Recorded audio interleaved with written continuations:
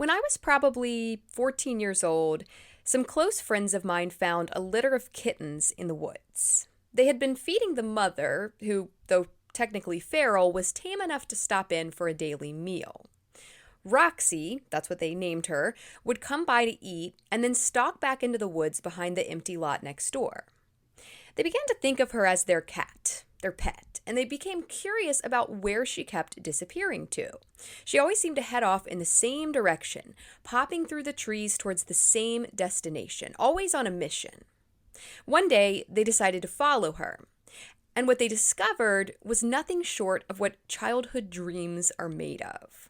Roxy had a litter of kittens hidden away. Fuzzy, adorable kittens. We quickly picked one out, a gray one, and went to work convincing our parents that we simply must have her, which they finally agreed to. But when the time came to actually retrieve our gray kitten, we were met with disappointment. She would not let us near her. She would not be touched, not without hissing and claws and a puffed up tail. Our kitten, it seemed, was too wild to be tamed. My friends continued to care for Roxy, and as the kittens grew, they came around to eat sometimes too, but they were never pets. They were never tame. When we found them, they were already feral. This was when I first learned that there was a time limit with these sorts of things, that if you didn't tame them young enough, the wild would set like wet cement hardening.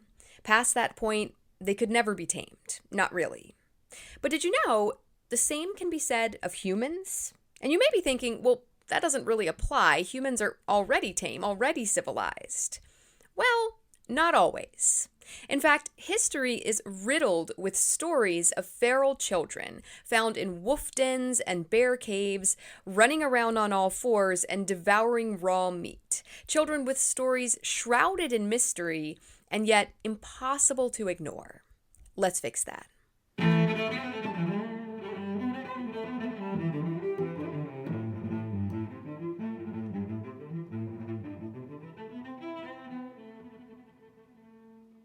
Hello, I'm LaFountaine, and you're listening to History Fix, where I discuss lesser-known true stories from history you won't be able to stop thinking about. If you are familiar with the story The Jungle Book, written by Rudyard Kipling in 1894 and brought to life by Disney animators in 1967, then you already know that feral children often find their way into stories and myths. In fact, The Jungle Book follows a long line of such legends dating back to ancient times. But where did these absurd ideas come from? A child living in the wild, raised by wild animals? It doesn't seem possible. Why do we see this Mowgli character popping up over and over again? Is it possible there is truth behind it? Truth so equally fascinating and horrifying that we feel compelled to immortalize it in literature? Based on the historical accounts I'm going to share with you today, that seems to be the case. Today, we're talking about 9 instances of feral children, quote, rescued from the wild. While some of their stories remain shrouded in mystery or picked apart by skeptics, others are more convincing. But as always, I urge you to consider the credibility of each source and to take some of these claims with a grain of salt.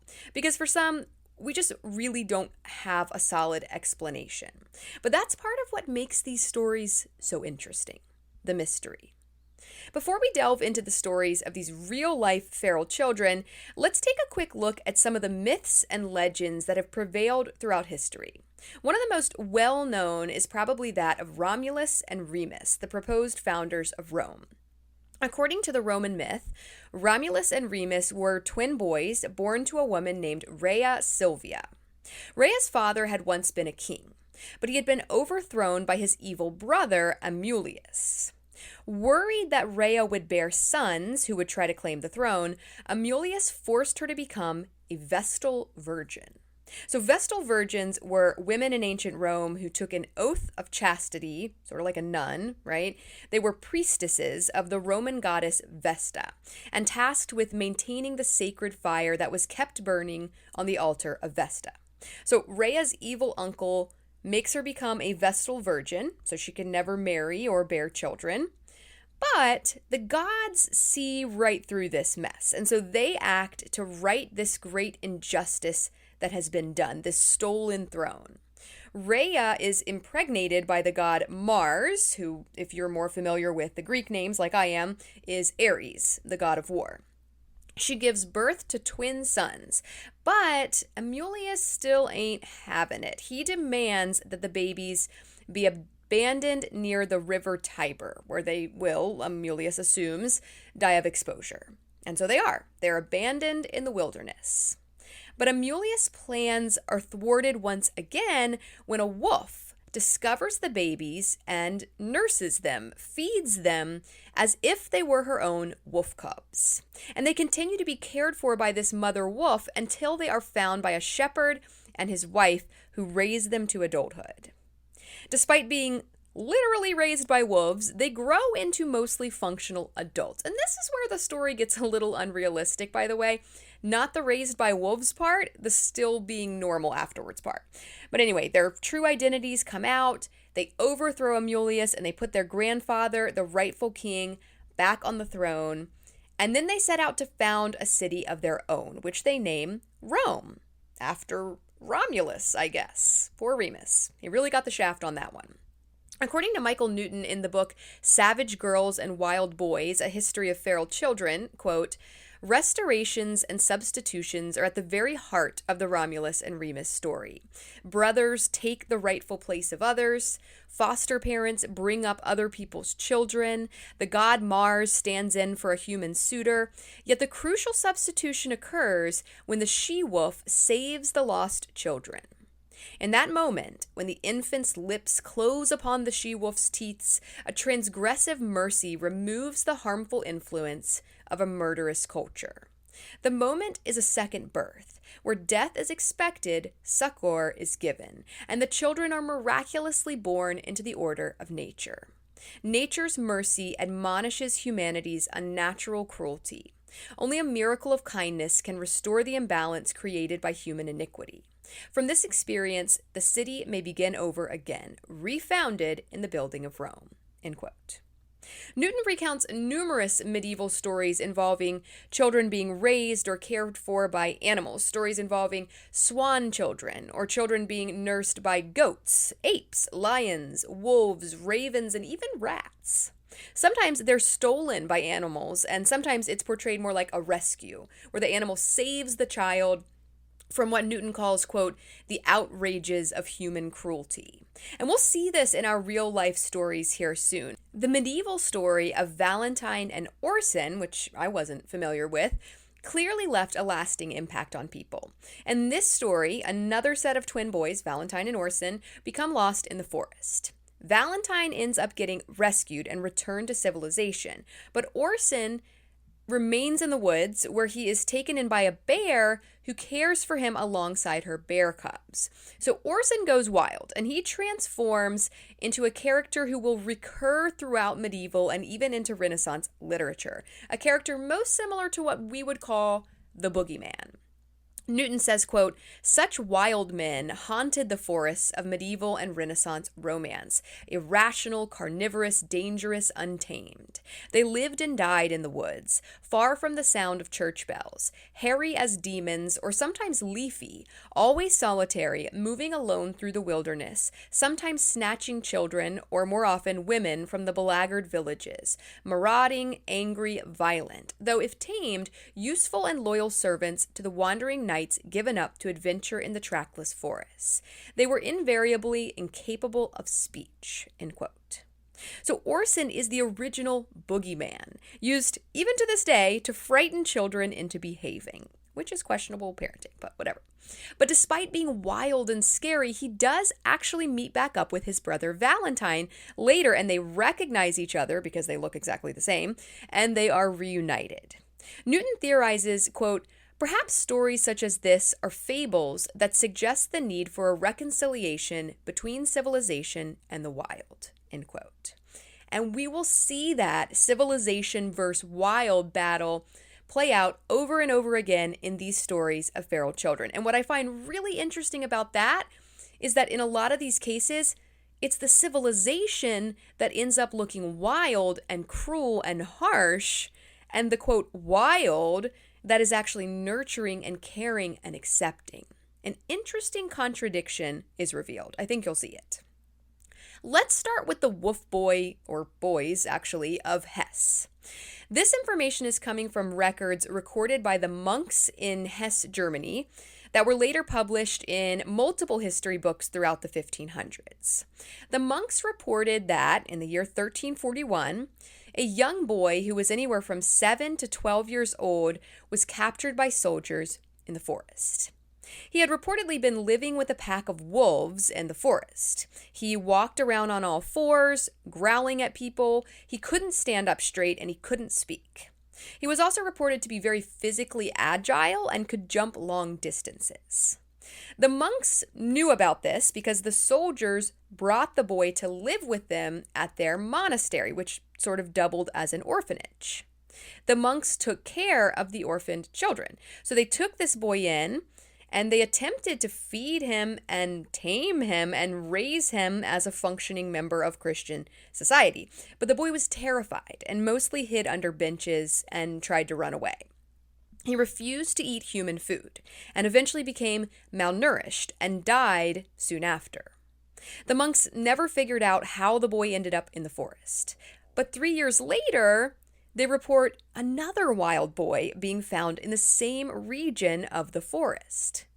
They take him in, and this time, having learned from their past mistakes, they allow him to eat raw meat. And according to reports, he lived to be 80 years old.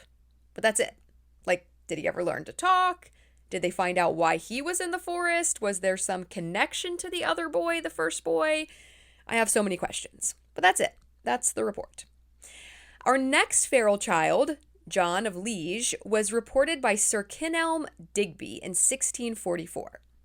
Digby was an English courtier, diplomat, philosopher, and astrologer, but honestly, he was a bit of an enigma.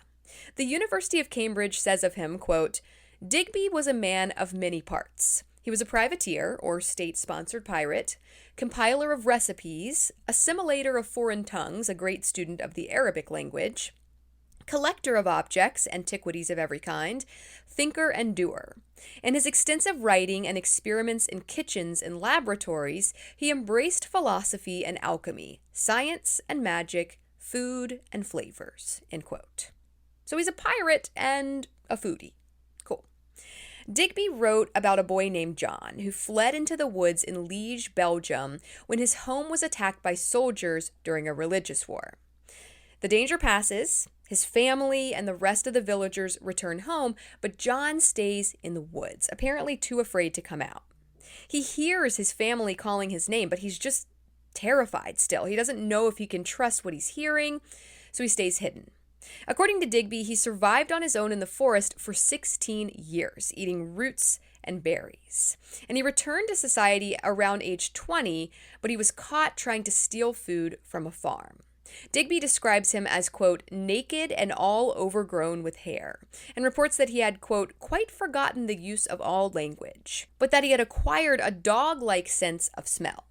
He was taken in by a woman who took care of him and helped him remember how to speak, and his heightened sense of smell eventually faded away. But, where is his family? It's been 16 years. Are they still there? Is this a different place than where he came from? Did he wander to a new village? Did they ever try to find his family? These are the burning questions that Digby failed to answer. And honestly, I have to question the accuracy of Digby's account. According to that University of Cambridge article, quote, on his death, aged 62 in 1665, Digby left behind a library of several thousand books, countless letters and journals, and a fictionalized account of his adventures in elaborately flowery style. On the Greek island of Milos, scribbling furiously and barely eating for a week, he wrote loose fantasies, recasting himself as a romance hero in the shape of Theagenes, a character lifted from classical literature, end quote. So was this a loose fantasy or was this a true story? I'm not sure. In 1725, King George I was King of England. When he heard that a young boy was found living alone in the woods in northern Germany, he decided that he wanted this child as his sort of pet. The boy, who the king would come to name Peter, was probably around 12 years old. He walked on all fours, ate with his hands, and couldn't speak. He hated wearing clothing, but he was forced into a green suit every day. He refused to sleep in a bed and instead curled up in the corner of the room on the floor. Peter was paraded about at court to entertain royal guests, who basically just pointed and laughed at him. But eventually, King George became tired of his unruly behavior and sent him off to live at a farm. The king paid the farmer to care for Peter. According to Shannon Quinn in a history collection article, quote, "The farmer was kind to Peter and made him a collar to wear around his neck like a dog. This was not to be cruel or treat him like a slave. It was simply because they knew Peter had a tendency to wander off, and they did not want him to be lost. The collar was inscribed with a message that said, 'Peter the Wild Man of Hanover. Whoever will bring him to Mr. Finn at Berkhamsted shall be paid for their trouble.' When he died, he was given a headstone, and people still leave him flowers to this day." End quote. But Peter never learned to speak.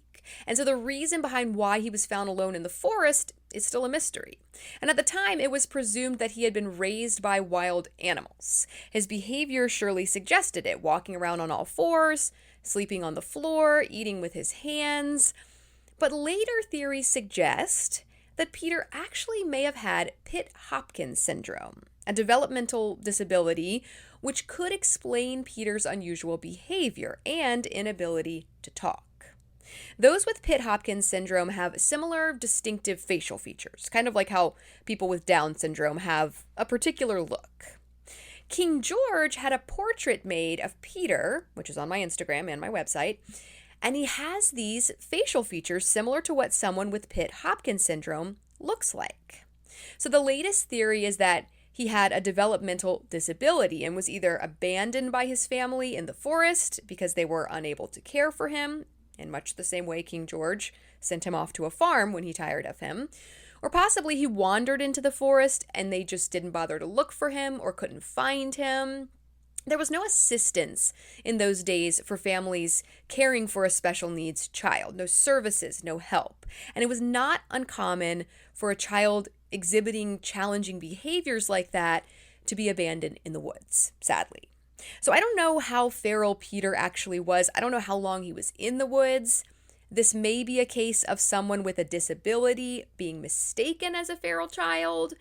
But I don't know. I mean, he was found in the woods. If he was in there for a while, he may have been a disabled feral child. And now on to a feral girl, Marie Angelique Mimi LeBlanc. This is one of the most well-documented cases of a feral child because it was recorded independently by so many different people, so many different first-hand accounts of people who had met Mimi LeBlanc. And honestly, this story is wild. This is one of those that really should be a movie. In 1731, people in the French village of Sangy spotted a wild-looking girl emerge from the forest with a wooden club. She was scantily clad, wearing a torn dress and animal skins with no shoes. Reports of her age vary anywhere from 10 to 18 years old. Villagers were unsuccessful in their attempts to catch her and backed off after she killed a guard dog with a single blow from her club. They switched up their strategy at this point and tried to lure her out of the woods instead with a pitcher of water, but, scared, she climbed up into a tree. So then they sent a woman holding a small child to the tree, thinking that she wouldn't be intimidated by them, which, yeah, I'm not volunteering for this. But the woman and the child go to the tree, they're carrying food, and they try to coax her down, which eventually works. She climbs back down the tree to get the food that the woman is offering her, and that's when two men grab her. She is taken to the kitchen at the chateau of the Viscount d'Epinoy, where she immediately grabs a dead chicken that's being prepared for the Viscount's dinner and tears at the raw meat with her teeth.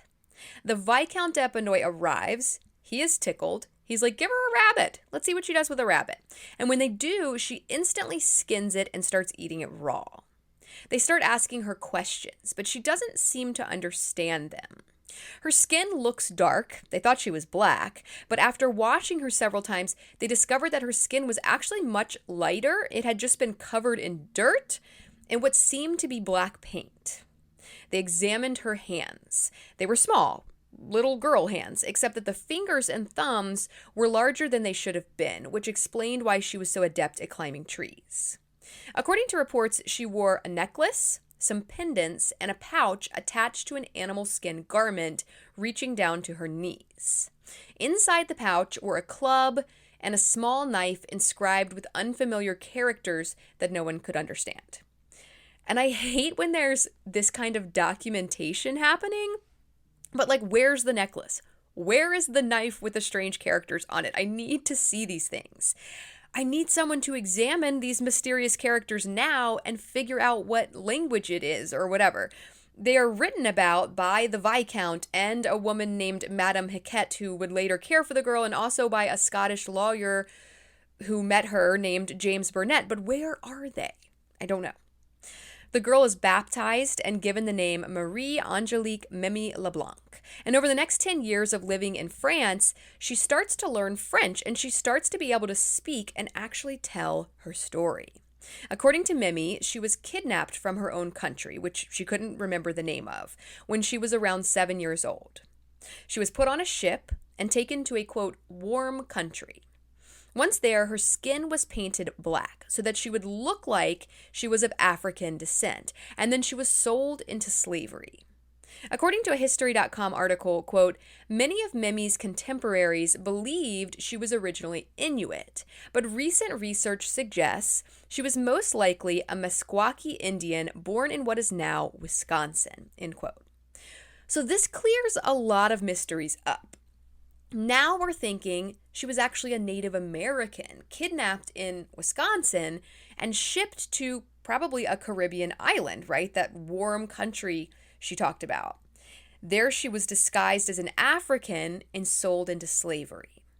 Once in the Caribbean, she was put on another ship by her new enslaver, but the ship eventually wrecked. And while everyone else clambered into lifeboats, Mimi and an enslaved black girl around her same age were just left to fend for themselves. According to Mimi's account, she and the black girl swam away from the ship, but the black girl couldn't swim well, so she held onto Mimi's heel to keep from drowning. And when they reached the shore, they traveled across the land for a long time, moving only at night and sleeping in the tops of trees during the day. They couldn't speak to each other because neither knew the other's language, so they communicated with body language and, quote, wild cries. Eventually, the two girls got in a physical altercation following an argument and parted ways. And soon after that is when Mimi was captured in Sangye. Mimi lived out the remainder of her days in a French convent. And I'm like, take this poor girl back to Wisconsin. But, they didn't know she was from Wisconsin then. They thought that she was from Norway or possibly the West Indies. And, that History.com article says recent research suggests Wisconsin, but I couldn't find anything about this research. How did they figure that out? Did they have this knife with the mysterious characters? Did they trace the language to indigenous people living in what is now Wisconsin? I wish I knew. Show me the knife. I can't let it go. In 1800, also in France, this time in Aveyron, France, a boy around 12 years old was found naked in the forest. When doctors examined him, they found a scar on his neck that looked like a knife wound that had healed, and they assumed that someone had taken him to the woods, slit his throat, and left him to die there. But he miraculously survived and had clearly been living in the forest ever since. He couldn't speak, and he was terrified of humans. But, the last human he saw tried to murder him, so I can't really blame him for that. A doctor at a deaf school named Jean Itard took the boy in and gave him the name Victor. He began trying to tame Victor, teaching him to wear clothing and eat at a table with silverware. He even got him to identify a few written words, and he could understand some spoken language, but he was never able to speak. Quinn reports, quote, he would often get frustrated by Victor's wild nature and beat him. especially when the young boy began to go through puberty.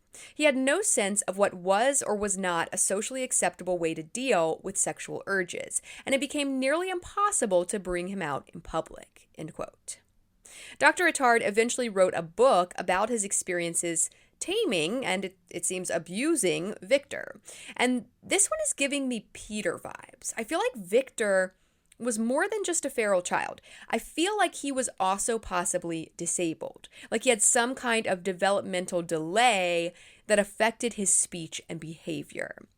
And maybe that's why someone had tried to kill him and leave him in the woods to begin with. This abandonment of someone who was seen as unfit or as a burden to those tasked with their care. Super sad, but it definitely happened more than we probably know. And now on to one of probably the most famous feral children, Dinah Sanachar. Dinah is believed to be the inspiration for Mowgli in the Jungle Book. That's unconfirmed, but their stories are quite similar and the timing of it checks out. In 1867, some hunters in the forest of Uttar Pradesh in India tracked some wolves to a cave where they were surprised to find a small human boy around 5 or 6 years old walking on all fours with the wolves. When they tried to get the boy, the wolves fiercely protected him as if he were one of their own cubs. And this next bit makes me really sad. But eventually, they set a fire near the opening of the cave to smoke the wolves out. And when the wolves ran out, the hunters shot them and then captured the boy, hoping to return him to civilization. He was brought to an orphanage and given the name Dinah Sanachar. Sanachar means Saturday, which is the day he was found. Like many of the others we've discussed, Dinah walked on all fours, he preferred to eat raw meat, and he couldn't speak. But then more feral children were brought to the orphanage. Yeah, at least 3 others. 2 more boys and a girl were all found separately in the same jungle. They all walked on all fours. They all ate raw meat. None of them can talk. And this is crazy to me. They were called wolf children. And this is like a thing in India, like a common thing, finding children raised by wolves. I found an India Today article titled, "During the last century, nearly 50 cases of wolf children reported in India." And it listed all these different kids that were found in the jungle. Just too many for me to even include in this episode. But what in the world is happening in India?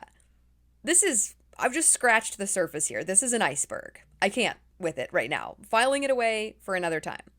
So Dinah showed no desire to interact socially with other humans, but he did seem to bond with the other feral children that were brought to the orphanage. He was eventually able to stand on 2 feet, get dressed on his own, and eat off of a plate, but that's pretty much it. He never could speak, never could tell his story, shed some light on this mysterious wolf child situation, and he died of tuberculosis around age 34. Now we're going to get into some much more recent examples, like very modern accounts.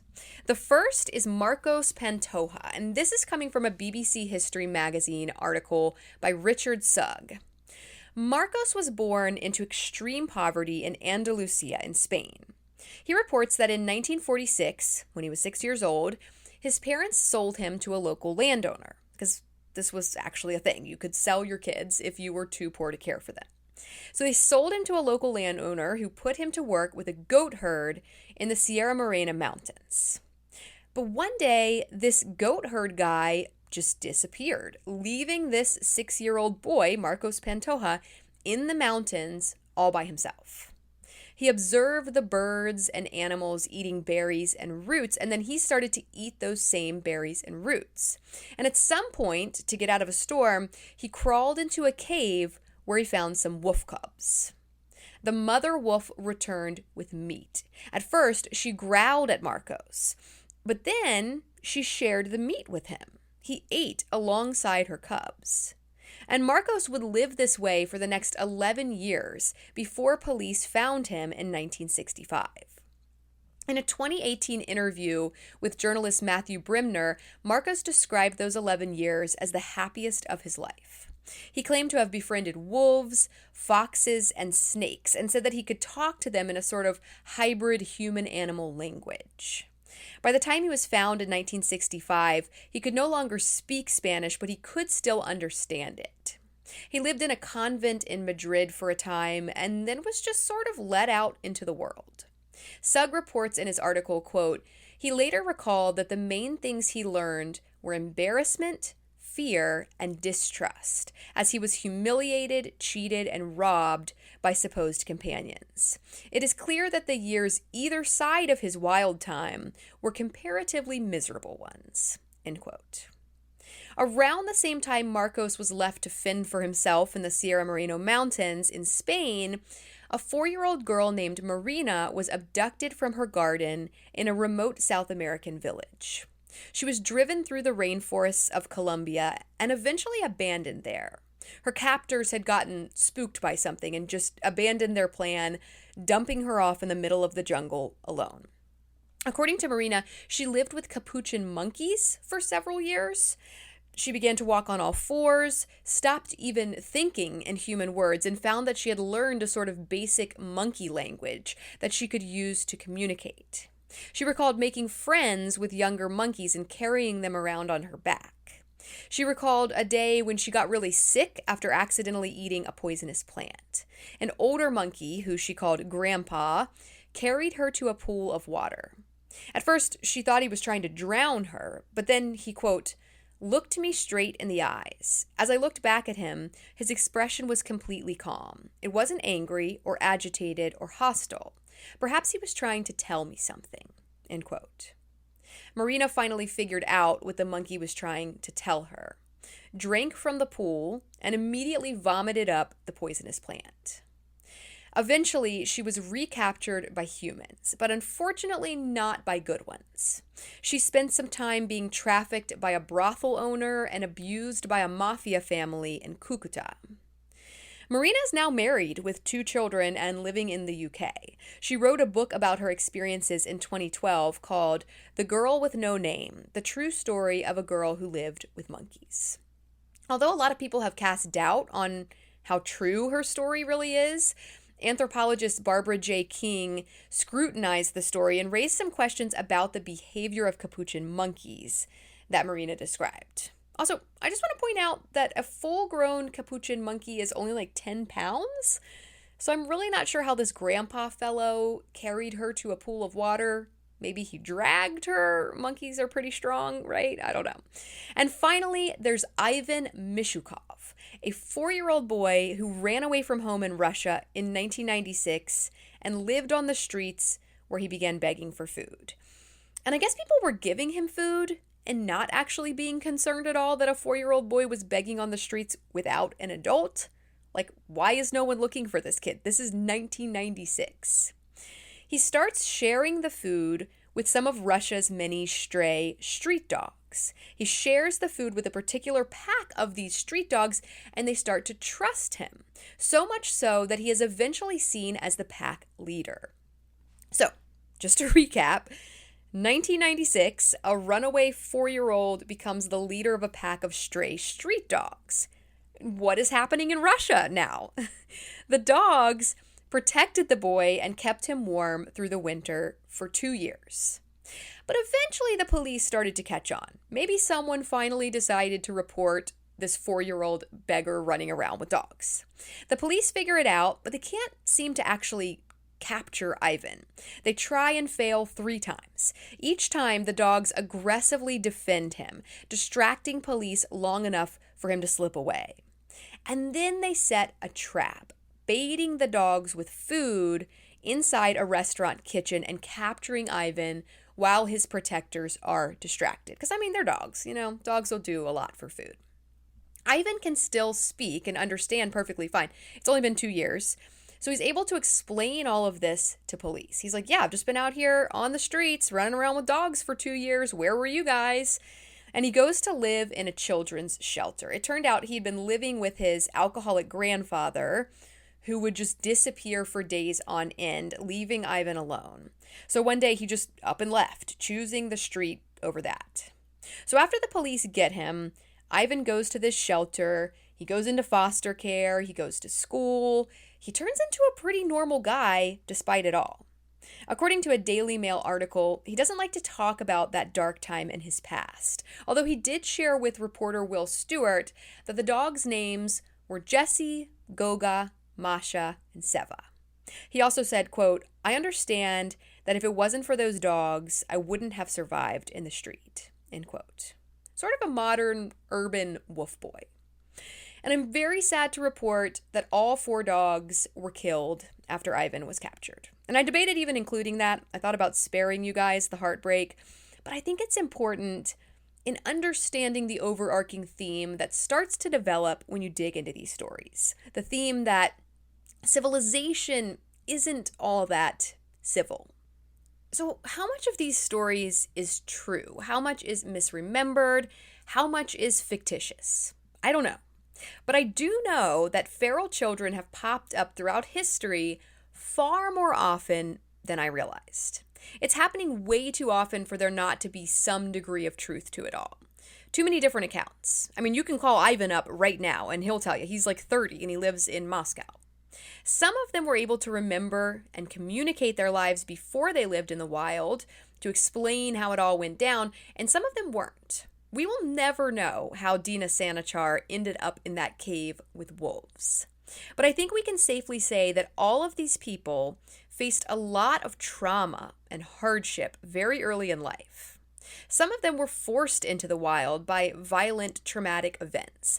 John of Liege, who ran away from a war. Mimi LeBlanc, who was kidnapped and sold into slavery. Marcos Pantoja, who was sold into manual labor and eventually abandoned. Marina Chapman, who was kidnapped by traffickers and abandoned. And Ivan Mishukov, who was neglected by his guardian and opted for dogs over humans. Some of them, it seems, were abandoned due to disabilities that made them too difficult to care for. Peter, the wild boy of Hanover, whose portrait bears the look of someone with Pitt-Hopkins syndrome. Victor of Aveyron, with a scar suggesting someone had tried to slit his throat. These boys never gained the ability to speak, suggesting maybe they never could to begin with. The wild boy of Hesse and Dina Sanichar both died young and without ever being able to speak to shed light on their stories. But what I find most interesting about these two is that other children were found too shortly after them, and they were just as feral, just as wild. Where are these kids coming from? Where are all these Indian wolf children coming from? Were people abandoning children in the jungle for whatever reason? Disability, too poor to care for them? Were they born out of wedlock and it was perceived as culturally or religiously shameful? How are these kids ending up in the jungle? And these ones don't seem to ever be able to regain speech. That India Today article I mentioned talks about a bunch more of them. Pascal, Ramu, Parushram, Kamala, and Amala, they're never able to speak. Kamala gets the farthest, learning around 45 words, but she stops developing once she reaches the intellect of a 2 or 3-year-old. And I think this speaks volumes about how crucial those first few years of life are. I don't think people realize how much development is taking place in those early months and years. If you miss that window, you can't really make it up later. If you've been with me for a while, you know that my first teaching job was at a psychiatric residential treatment facility for children. So this was a place where children were sent to live and receive treatment and an education when they were too violent or mentally disturbed to be cared for by their guardians or to attend a regular school. And I remember when a new kid came to live at the shelter. He was older than all the other kids. It was only for kids ages 5 to 12, and this kid was 12. And he was a big kid. He was a big 12-year-old. And I remember his father bringing him in, and this guy was just so normal. He seemed like such a good dad. He seemed devastated that they were having to resort to this. And I remember him saying that it was just too much. He was too violent. He was hurting their other children. They could handle it when he was little, but now he was big and strong, and they couldn't protect the other children. I remember the dad saying that he would wear an eagle glove on his arm, like what people who train hawks wear, so the talons don't get them. He would wear this because otherwise the boy would just tear him up when he would try to restrain him. And I was like, well, what in the world? This seems like such a good family. What is up with this kid? And I learned that the family had adopted him when he was around 18 months old, that he had been raised in a loving home since that age, 18 months. But it didn't matter. Whatever damage had been done to this kid in the first 18 months of his life stuck. And from what I saw, I'm not convinced that rehabilitation was even possible. So those first few years matter. They severely impact what type of person you will be, which is why it's so incredibly infuriating to me that the United States does not have mandatory paid maternity leave of any kind and is way behind other countries when it comes to affordable access to childcare and preschool. Public school, for the most part, starts at age 5 in the United States. And yet, those first 5 years are by far the most critical and impressionable years. It makes absolutely no sense. And, we wonder why our jails are so full and why our mental health is in shambles. Don't even get me started. Another theme we see throughout these stories is children being cared for by animals, by another species. This is typically wolves, although with Ivan it's street dogs, and for Marina it was monkeys. And there's also reports of bears coming up in a lot of those Indian cases. So this obviously begs the question, is this even possible? Would a wild animal actually take in a human child and care for it as its own offspring? With Ivan's dogs, I'm like, yeah, I believe that. They were domesticated dogs, stray, but domesticated. I could see them treating a human that way, especially if the human is feeding them. That checks out. But wolves? How does the wolf, a wild animal, come to see the child as offspring and not prey? And yet many of these accounts report the wolves guarding the children along with the wolf cubs when they were discovered. Richard Sugg notes in his article for BBC History magazine, quote, "There are many well-documented cases from Britain of one animal or a bird fostering another. In the early 20th century, retriever dogs nursed both tiger and polar bear cubs at London Zoo. In the case of very young children who grew up with wolves, their complete dependency implies that the infant humans must indeed have been raised by the wild animals, and it would probably have been easier for a mother wolf to feed them with her own milk than with anything else." End quote. And so here we see this weird flip-flop, this contradiction, where the wild animals appear civilized, taking in a suffering child and nursing it back to health, and the humans are the cruel and savage ones. The humans are the ones responsible for abandoning, neglecting, abusing the child, both before and after, sometimes, their time in the wild. Many of the children who regained the ability to speak reported realizing for the first time feelings of shame and embarrassment. Even when they had been reclaimed by civilization, they did not feel as though they were truly accepted by it, not in the same way that the wild had taken them in and provided for them. I think this contradiction, this inversion where the civilized is wild and the wild is civilized, is why we're so intrigued by stories of feral children. It's why these stories are so pervasive throughout ancient myths and literature. Michael Newton lists many in his book, The Wild Education of Cyrus, The Riverside Abandonment of Moses, The Infancy of Semiramis, founder of Babylon, fostered by birds, the story of Oedipus, lamed and left in the wilderness of Catharon, the childhood of the twins, Amphion and Zethos, forsaken on a mountainside, the exposure of Paris on the slopes of Mount Ida, where for 5 days he was suckled by a bear. The story of Tyro and Neleus and Peleus, the infant Alias fed by a doe. It goes on and on.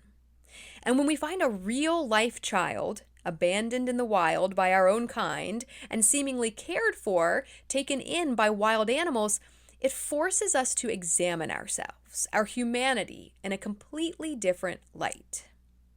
Newton sums it all up nicely, saying, quote, "Through the stories, factual and fictional, of the feral children, there emerges perhaps another narrative, the fragmented and haunting story of our continuing relationship with a savage image of ourselves."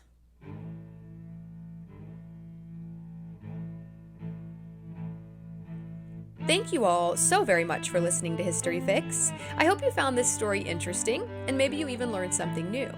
Be sure to follow my Instagram at HistoryFixPodcast to see some images that go along with this episode and to stay on top of new episodes as they drop.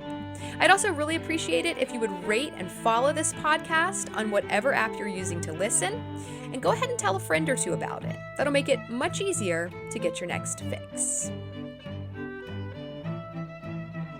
Information used in this episode was sourced from BBC History Magazine, The Guardian, History.com, India Today, History Collection, the University of Cambridge, History Uncovered, and the Daily Mail. As always, links to these sources can be found in the show notes.